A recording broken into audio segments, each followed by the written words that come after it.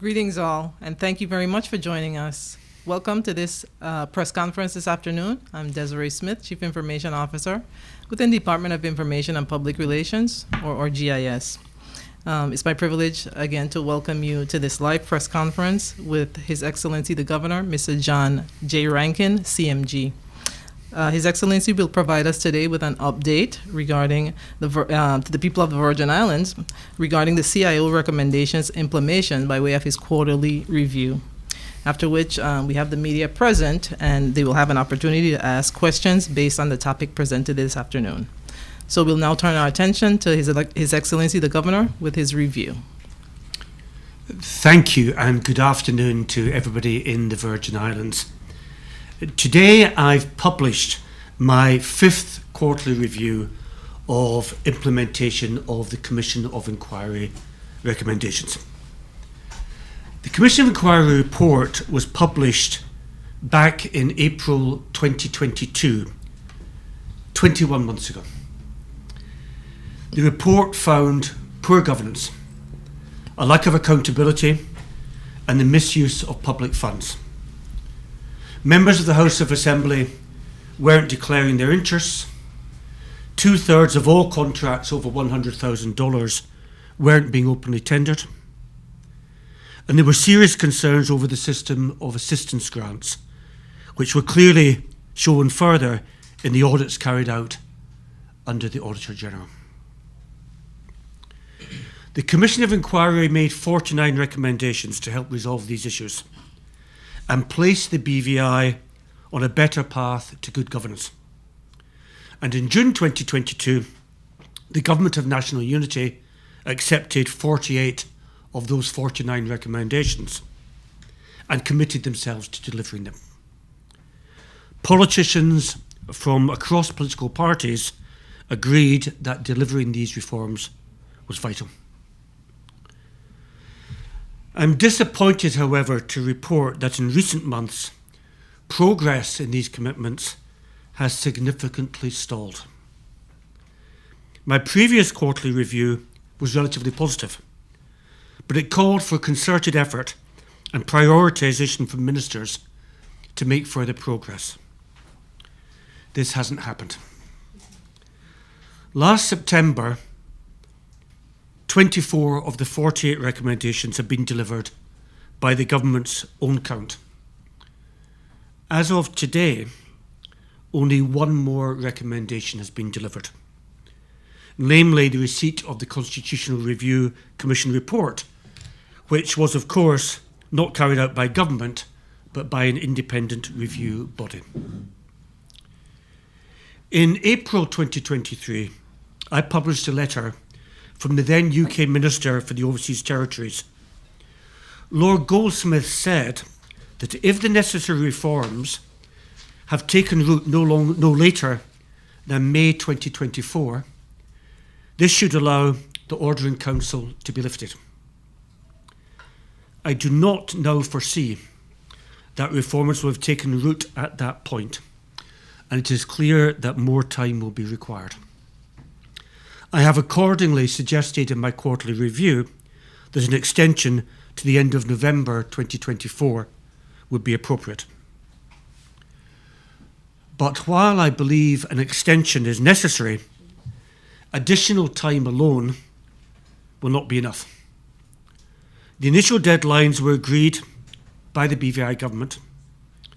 Some, not all, of the deadlines were tight, and the government asked for extensions on 2 occasions, last January and again in September. Those requested extensions were accepted by the UK, but even these extended deadlines are still being consistently missed. So, in addition to a new deadline to the end of November, there is clearly a need for some further steps to drive forward implementation of the COI recommendations. I am not recommending triggering of the Order in Council in order to establish an interim administration led by the Governor. But I have come to the conclusion that additional powers for the Governor are required to help ensure that the BVI government delivers its commitments.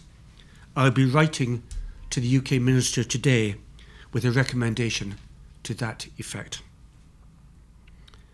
I know that implementation of some of the recommendations isn't easy. Indeed, I face challenges in delivering a couple of the recommendations for which I am responsible. For example, the vetting project to conduct checks to ensure that all law enforcement officers are suitable for their roles. But when we realised matters weren't moving quickly enough, my team and I stepped in to provide greater oversight with additional time and resources devoted to the project. In particular, we successfully pushed and got a full-time project manager who has helped us to bring this work back on track. Similarly, we've ensured that the law enforcement review is now fully underway, with an expert team now in place who have made 2 intensive visits to the territory, supported by $1 million funding from the UK government. I expect to receive their report by the end of March. There is a need for similar interventions to take place when other recommendations are lagging behind. So which specific areas are lagging behind? The Premier wrote to me in September with the most recent proposed deadlines. For example, by now we should have an amended Register of Interest Act, a new education grants policy, a policy setting out the principles of how statutory boards should operate, a new Public Service Management Act, revised criminal procedure rules, improvements to the way the discretionary powers of ministers are exercised, a strengthened Integrity in Public Life Act, a functioning Whistleblower Act. None of these has yet been achieved. But without such reforms, the better governance which the people of the BVI need and deserve will not be achieved, and the issues which the Commission of Inquiry identified could more easily return. I want the British Virgin Islands to succeed. It's precisely for that reason that I believe that simply proposing another extension of deadlines is insufficient and that additional steps are required.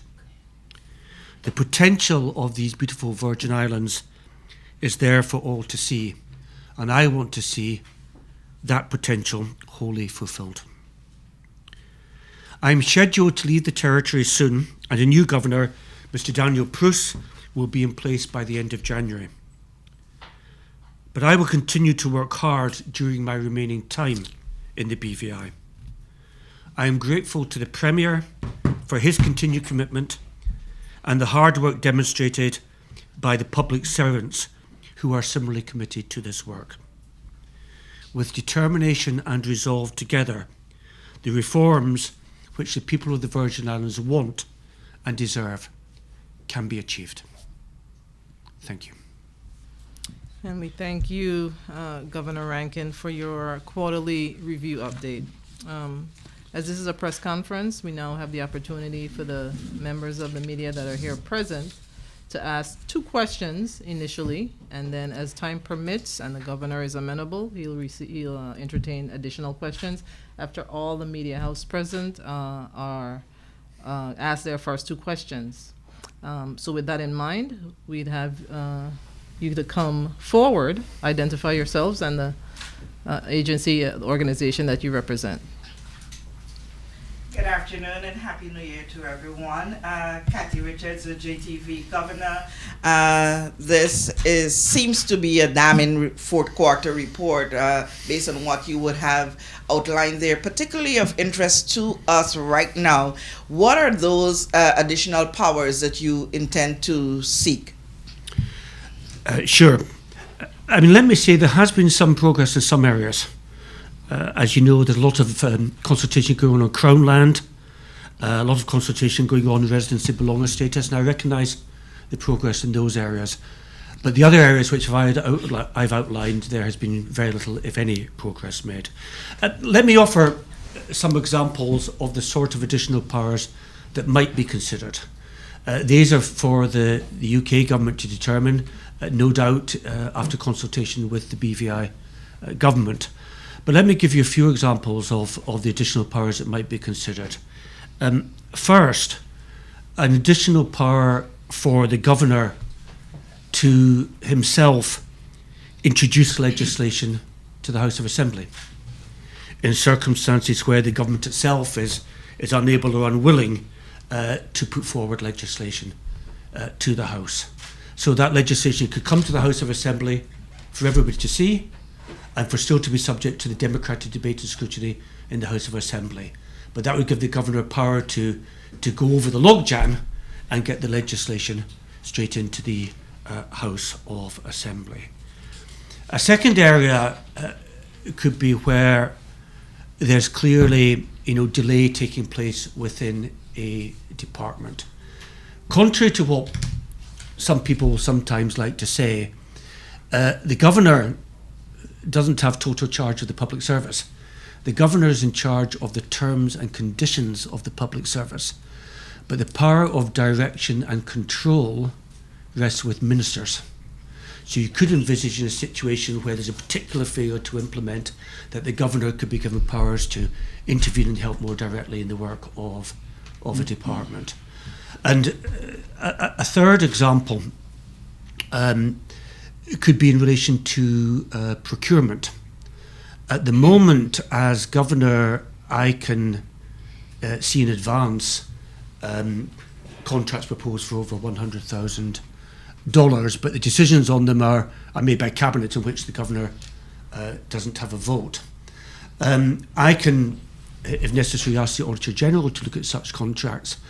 But I wonder, for example, again in line with better scrutiny, whether there might be a power or right of the governor to refer those contracts to the Public Accounts Committee in the House of Assembly, so the Public Accounts Committee could be made aware of the contracts and debate and consider them.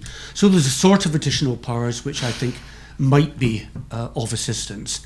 And there's some precedents in this area. For example, in Cayman, the governor has the power to legislate himself in areas, to introduce legislation in areas which fall into the governor's responsibility, not a power which I have in the BVI. So precedents like that could be looked at to see where additional powers might be appropriate. So those are the sort of areas which I believe should be considered and which I believe could help to move forward the COI recommendations to implementation. A follow-up to that very question.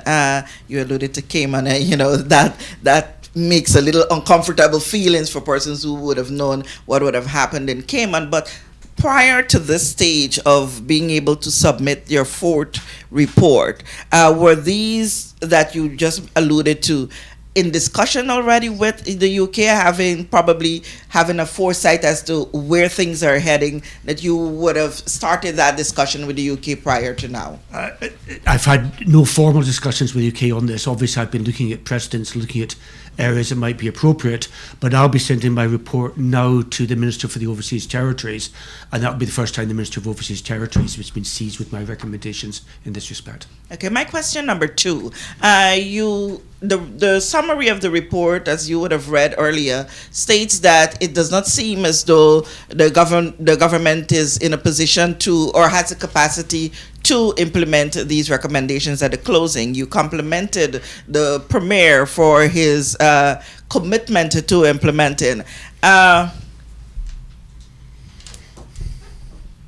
One side, you're saying that you're not doing or you're not capable of, but yet you're complimenting me for a commitment.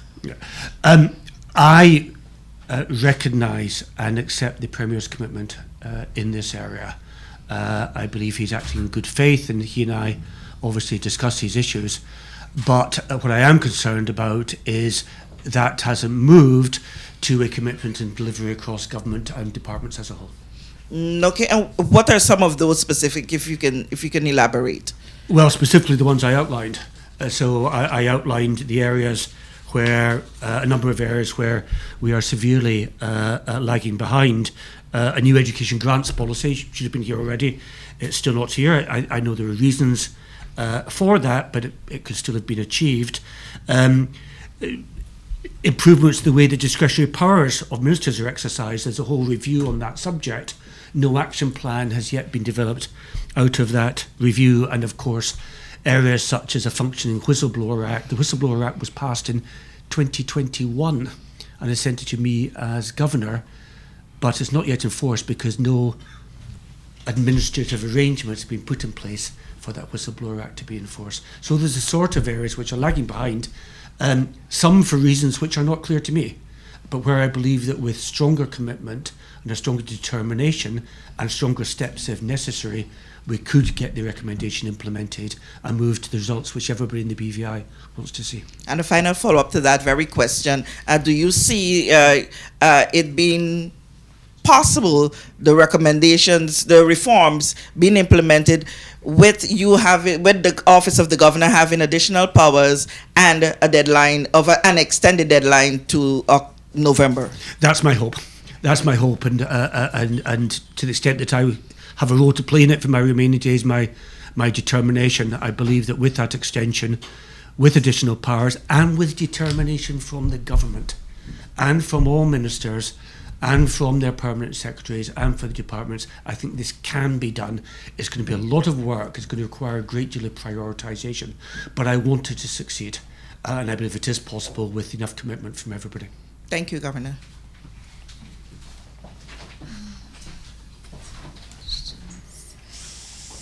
Good afternoon, Governor. I have a few questions. I'll start with the first two. Your name and the agency? Oh, sorry. It's a new year, sorry. So Cindy Roseanne, Guavaberry Media. Okay. Is the holdback on completion of the recommendations with the civil servants themselves or the Premier-led government itself? And is that why you are seeking more control on the civil service? I think it may sometimes be one or other, or sometimes both. So there are sometimes capacity problems within the public service, and my job is sometimes to assist in that respect. And we've done that actually in a number of areas, government outside the Commission of Inquiry, everything from records management, for example, to work with the team working on residence and belonger applications. So sometimes it's a matter of greater technical assistance, which the UK has already provided in a number of areas. In other matters, it seems to me to be a matter of prioritisation, and what I encourage ministers to do, who I understand want the Order in Council to be lifted, and the way for the Order in Council to be lifted is for the reforms to be implemented. So I continue to encourage ministers to make that a priority in the ministries and departments for which they have responsibility. If I could just get a little more finer detail, is it that, say, the civil servants or the PSAs are attempting to get certain recommendations done and there's a pushback from, say, the government minister, as in they're not interested in getting certain things done, holding back on certain requirements, but the civil servants are trying? Is that happening? The short answer is it isn't always clear to me because, of course, I am not in charge of those departments. But I am concerned that there may be instances where there isn't sufficient direction and determination by all involved to get the commitments delivered. Okay. I should say I know there has been some excellent work being carried out by a number of public servants in this area, and I don't want to suggest in any way a blanket criticism, but it's clear that more needs to be done. Right. Do you believe that our government is willful in their neglect on certain recommendations, such as discretionary powers for ministers? And what types of legislations are you having pushback on that you would like to see tabled in the House of Assembly at this time? I've already made clear that I would like to see the Register of Interest Act amended so that the register for House of Assembly members was available for everyone at no cost and fully online. I've also made clear that I would like to see a strengthened Integrity in Public Life Act. The Integrity in Public Life Act, which we currently have on the statute books, again was passed in 2021 and has never been brought into force. Now, the Commission of Inquiry report recommended that the Act actually be amended to strengthen it, and that was also the recommendation in the review carried out by Mr. Denniston Fraser, who pointed out, for example, that the Integrity of Public Life Act contains a code of conduct, but there's no penalty for breaching the code of conduct. The Integrity Commissioner doesn't have the power to impose a penalty for a breach. Now, I am informed that rather than supporting strengthening of the Integrity in Public Life Act, there are some members of the House of Assembly who would actually like to weaken the Integrity in Public Life Act. And for goodness sake, if there is surely one lesson to be learned from the Commission of Inquiry report, is it that we need effective integrity in public life legislation. Thank you. Just a quick follow-up. Is the police bill one of those legislations that you would like to have tabled by the governor's office? The police bill stands separately from the Commission of Inquiry report. But if, for example, the law enforcement review, which I hope will report at the end of March, reiterates the need for the Police Act to be brought into force, then at the very least having a power for the governor, if the government were resistant, to bring that legislation back to the House of Assembly to debate could be a positive step forward. Thank you. Good afternoon, Ron Grant of 284 Media. His Excellency, the Commissioner of the COI and his staff received indemnity from civil suits for the report that they wrote as a result of the inquiry. This is a simple two-part question. If they, meaning the Commissioner and his staff, have such confidence in the contents of their reports to the extent where they are now recommending the suspension of our Constitution and are asking for investigations which have led to some arrests, why hide behind indemnity? Thank you.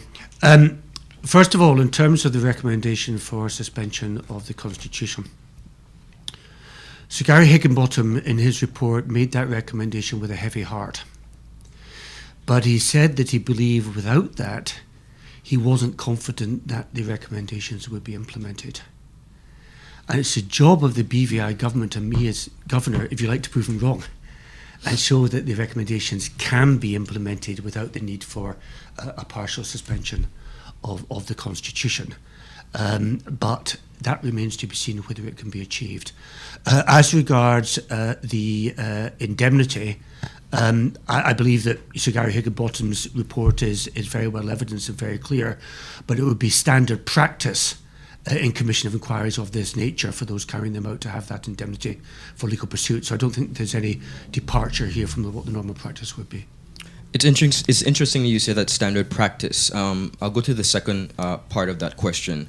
If these charges and arrests, some of which, to be honest with you, seem quite frivolous, result in lawsuits, if not successful, will the UK government be paying any sums that the court may award to persons who seek damages for things like tarnishing their representation or reputation, or would it be the taxpayers of this country footing the bill?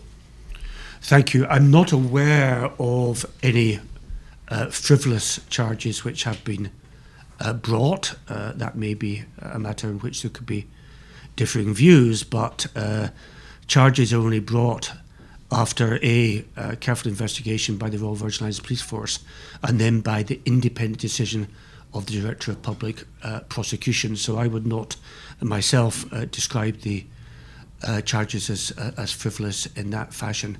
Secondly, it is of course open to individuals to try to seek civil remedy in those circumstances. I wouldn't like to speculate on what the answer would be to your precise question.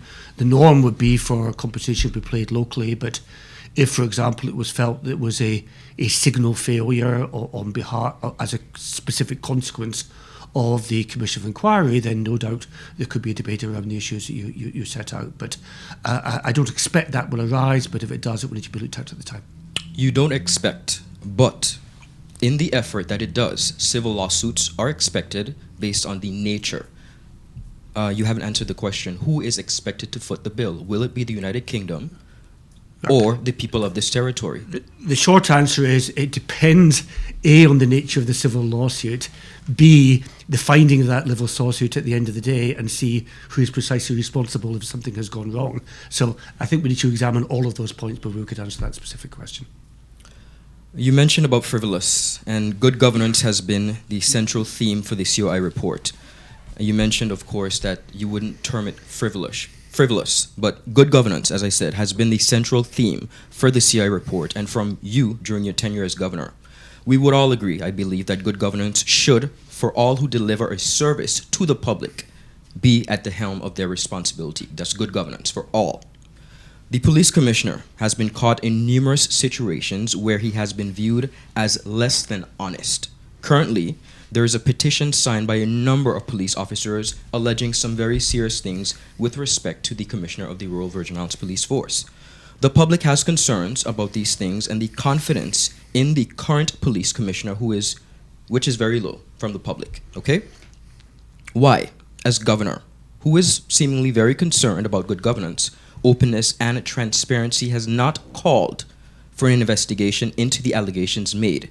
Don't you think, Governor, that it makes you look a bit biased and, in all honesty, only wanting to address matters that are concerning local leaders? Okay, thank you.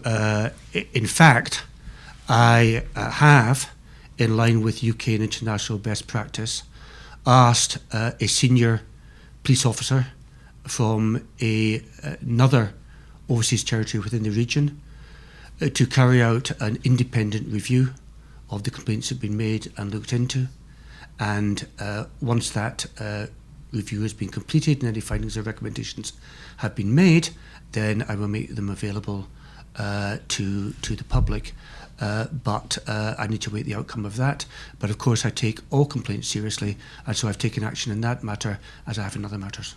So while you're waiting on that independent report, His Excellency, you sit as on the board of National Security. What do you say to the residents and the people of this territory, particularly members of the Royal Virgin Islands Police Force, who have little to no confidence? Are they supposed to wait 6 months, a year for an independent report, only in hindsight to come back and say that nothing was formed? When we look at public trust in national security, crime, one of the things that is often said is everything that is said will be kept in the strictest of confidence. As governor, do you expect the people of this territory to have any confidence in a system that seems biased? Well, first of all, I think I've just illustrated to you there is not bias on my part in this area. I've ordered a review of the complaints and typically complaints be looked into in this matter as having other matters. So with respect, I reject the accusation of any bias. Secondly, I'm not aware of anything which suggests that the majority of officers in the RVIPF do not have confidence in the Commissioner. I've seen the petition which has been signed by a number of officers.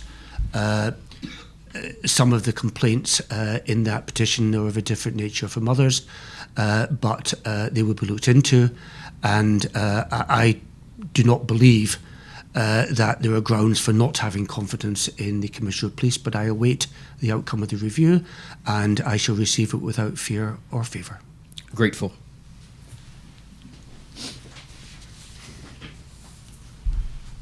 Governor, good afternoon. Zan Lewis, ZBVI Radio.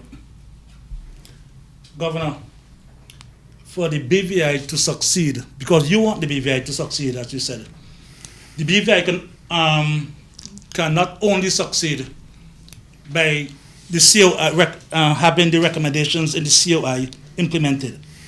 You take much more than that, and I believe you'll agree with me. For the BVI to succeed, the implementation of the COI recommendations is important. Solving crime is important.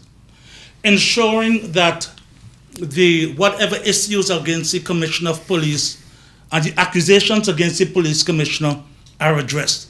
That's how the BVI can succeed. While we in the media do not see you very often. We only see you when you're going to make a report, something relating to the COI. It seems as though that is your concern. That's where you're concerned and probably want to whet the appetite of the UK persons. We only see you when there's the report with the COI and also when there is probably a drug bust. But the murders continue. You have 6 murders here for the new year, for 2023. I believe that's the most under your watch. Why not put the same effort that you put into the COI's recommendations, put it into solving crime in the Virgin Islands? Because that's one of the main ways the BVI could succeed. Thank you. You're quite right that there are issues important for this territory beyond the Commission of Inquiry. And I've always said that my responsibilities for security and for policing are my number one priority. So what have I done in that area during my time here? Well, the answer is secured some $2 million worth of UK funding for better training and equipment and facilities for the police. Plus, with the support of the Premier's Minister for Finance, additional officers in the RVI-PF. I provided for additional RIBs for maritime surveillance by the police. And under my watch, under the watch of Commissioner Mark Collins, we have made record captures of guns which kill people, and of illicit drugs. But I share the concern over the number of murders in this territory, and any life lost is one life too many. So I need to continue that work with the police, for which I take responsibility. But I've also made clear that we need the whole community to help in this area. We need a civil society, we need churches, we need parents, we need families to work with us in this area. And as you know, the Premier has proposed a work on an anti-violence strategy, which I hope can take place some point in the first quarter of this year. So, Zan, I accept your question and I accept the responsibility, but I have spent more time working on policing issues, trying to support the police, try to improve the results of the police, working very closely with the Commissioner and his senior team, as I have on Commission of Inquiry matters.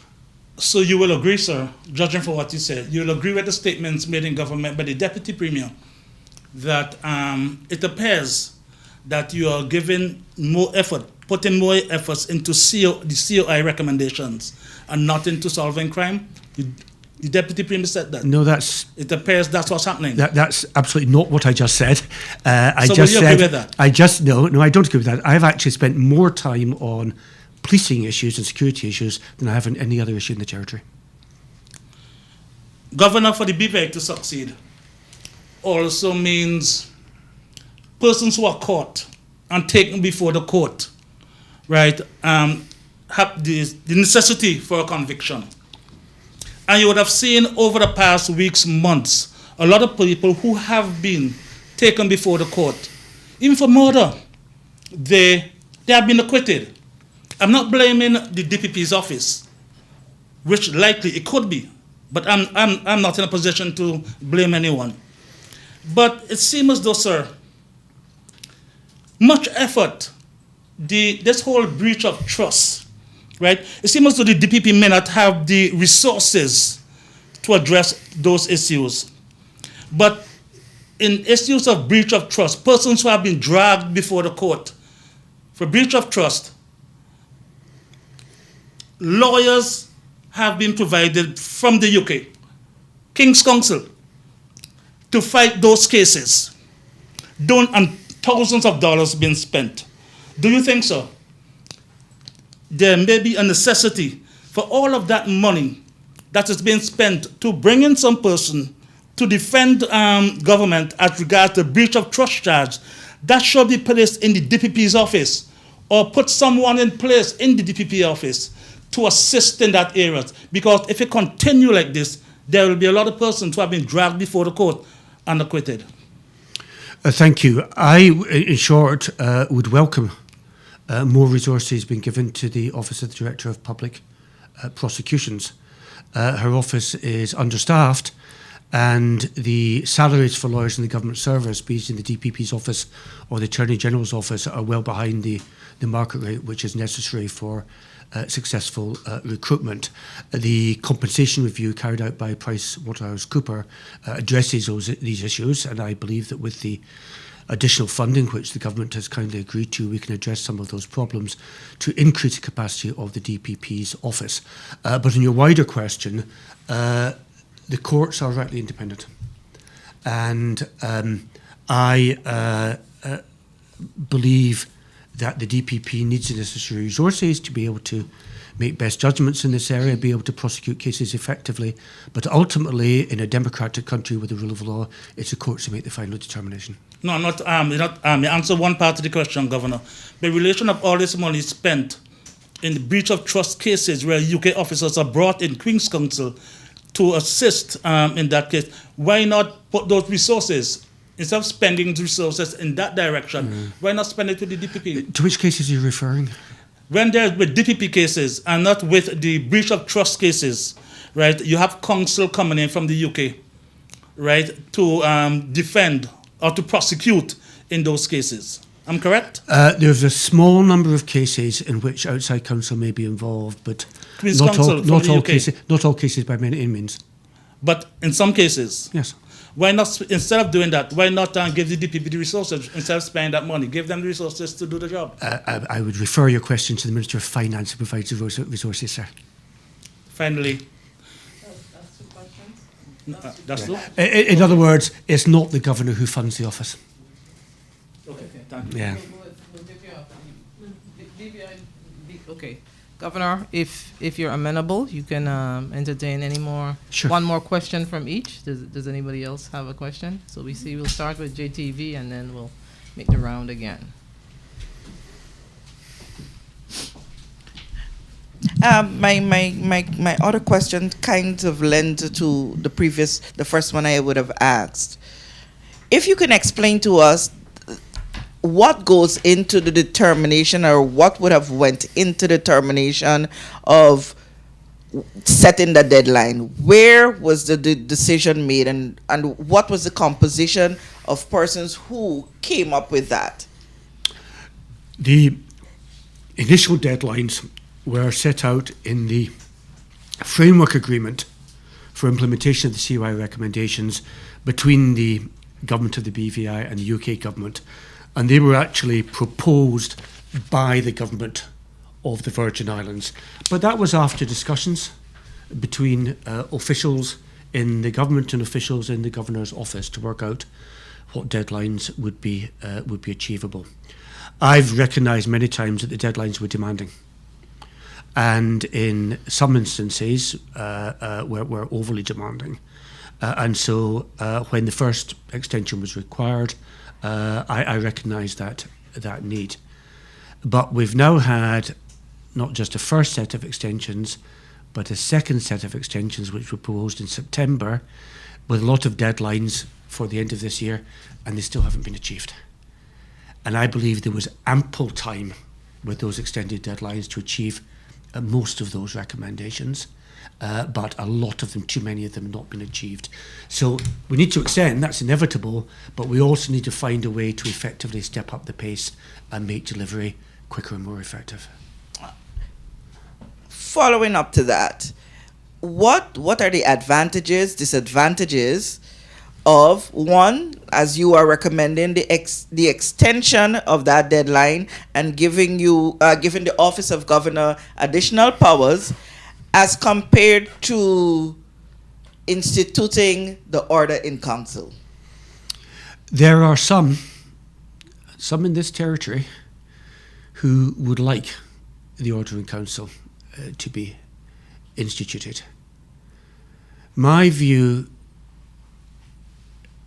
when the Government of National Unity was reformed, and when I heard and saw the clear commitment of the Government of National Unity, was that that step could be avoided, and that was also the view taken by UK ministers, because I heard that commitment, that very strong commitment made from the Government of National Unity, who said, don't implement the Order in Council, we are committed and we will do this. But I am now concerned, and the last quarter has been the test of this. I didn't want to be in this position, but between September and now, only one more recommendation has been implemented, and that's the Constitutional Review Commission report. Otherwise, the government delivery in this area has stalled.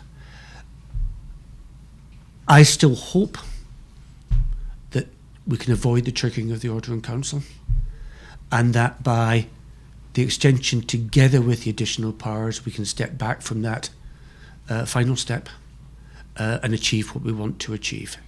So that remains my hope and my determination. Okay, final follow-up on the very question.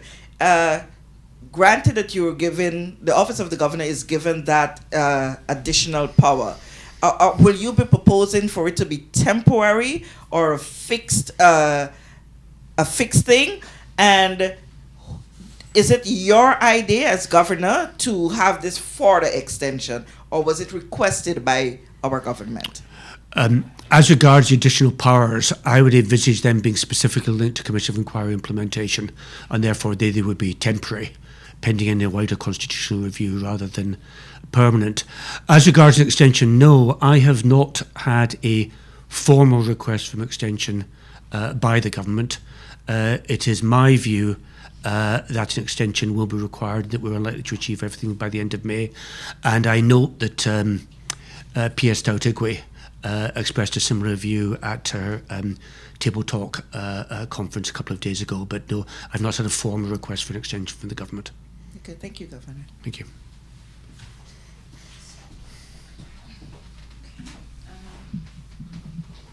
Just mention your agency again. Guavaberry Media. The purple and Christmas just gone. Guavaberry. Are you prepared, Governor, to give the government a failing grade as it relates to the COI recommendations? And as you depart from our shores, what does your greatest success as governor look like? Thank you. I don't think it's for me to pass a formal grade on the government's performance in this area, but I think my report and what I've said makes clear that I believe that there's been insufficient progress in this area, and therefore more needs to be done by the government as a whole to ensure implementation of the Commission of Inquiry recommendations. I leave it to others to judge where I have succeeded or where I have not succeeded. But this is not the time and place for a farewell remarks. But let me say that I have particularly valued my work with young people in the territory, be it the college, be it in schools, because they are the future of the territory. So I've always found my engagement with them to be rewarding. And I'm also pleased in terms of the UK funding across a wide variety of areas, the funding we'll be able to give to environmental projects in the territory, which again is, as a look to the future, is a vital area of work, and we all need to be doing more now and in the future to protect the environment for future generations. Thank you. Just a follow-up. Would you be open to doing an exit interview with Kati before your departure? Thank you. People require it. I have, in fact, offered some exit interviews with some media outlets, but I'm afraid I'm not going to be able to do everybody. And much as I love Guavaberry, I cannot promise that given my limited time available. Thank you. Governor ZBVI. Zanlos, ZBVI again. Governor, when the unity government was in office, would you say that in relation to setting out these recommendations and getting them done, the commitment was stronger from the Premier as a unity government? But since that unity government is no longer there, that commitment is not as strong as before, the reason why this is happening? It's an interesting question. We made more progress on implementation of the Commission inquiry recommendations in the earlier stages, but that's partly because we were able to get the easy wins at the beginning. So some of this implementation was simply the criminal investigations which I ordered, or the audit reports being carried out by the Auditor General. So they were achieved under the Government of National Unity and scored under their record. But since the election and the new government came into power, we've had more difficult recommendations with which to deal. So I wouldn't like to make a judgment as to where the commitment was greater. We had delays in the deadlines in both areas. What I am sure of now is, whichever government is in power, I look to have that clear commitment to deliver. Governor, I'm having difficulty in understanding you. You are exercising much diplomacy, right? And we are looking for straight answers from you, Governor. When you started, you said you're disappointed where to reach with the recommendations. You said that the progress stalled. You reach a position now where additional measures will have to be put in place to ensure that this is done. Right? But yet, Governor, you continue to say the Premier is acting in good faith. Right? So I have difficulty in understanding. What's the reason, Governor? You would have had discussions with the Premier and his government. What's the reason being given by him? Why all of this is happening? Why the recommendations are not being put in place? Right? Because they started making you're disappointed about it. You're leaving the BVI very disappointed, basically, because these recommendations, but yet you continue to praise the Premier for the work done. Could you stop the diplomacy and give us the straight answer, sir? Sure. In September, in my quarterly review, I welcomed some of the commitments that had been made at that point. But my review now at the end of December is showing that we've not had the delivery for which we hoped. And that is why I am disappointed. Now, there are a number of reasons, there may be varying reasons why that has not been achieved, but I do not believe there has been sufficient drive and determination across ministries and across departments to deliver what needs to be achieved within the deadlines available. I do not doubt the Premier's good faith commitment to achieving the COI reforms, but I believe more work needs to be done across the board for that to be actually achieved. Finally, a follow-up, Governor. But what's the reason being given for this lack of drive across the various departments? Yeah. That's something that which you perhaps better put to the government itself. But sometimes I hear there is a capacity problem. Sometimes here there is a prioritisation issue. And on other occasions, frankly, the reasons aren't clear to me why the delay has taken place. And that's why I think I may need additional powers to step into some areas to find out what the problem is and actually resolve it. So your hands are tied at this moment? At the moment, my powers are limited in terms of COI implementation, and I think that additional steps will be required if we're going to get it done. Thank you, Governor. Thank you. All right.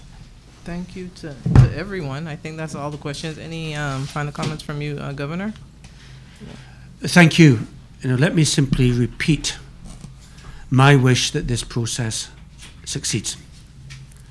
I want the Commission of Inquiry recommendations to be implemented not as some form of checkbox exercise, but because by implementing them we can get the better governance the people of the BVI deserve and tackle the issues which the Commission of Inquiry laid bare for everyone in the BVI to see. So let's get on with it. Let's get it done. And if we can get it done, it will be a better day for everybody concerned. Thank you very much, Governor, for your review, your answers to your questions, and that final closure. We also want to thank our media partners present and you, the audience, for tuning in live and on demand, as you will do at your leisure. Of course, this was a live press conference with the governor, but for all your timely and accurate information about the government of the government of the Virgin Islands, I encourage you to please visit our website at bvi.gov.vg. Like, follow us on Facebook and Twitter, and subscribe to us on YouTube, all at username BVI Government, and on Instagram at GISBVI. Of course, we want to thank you again. I'm Desiree Smith, Chief Information Officer in the Department of Information and Public Relations. Happy 2024 and good afternoon.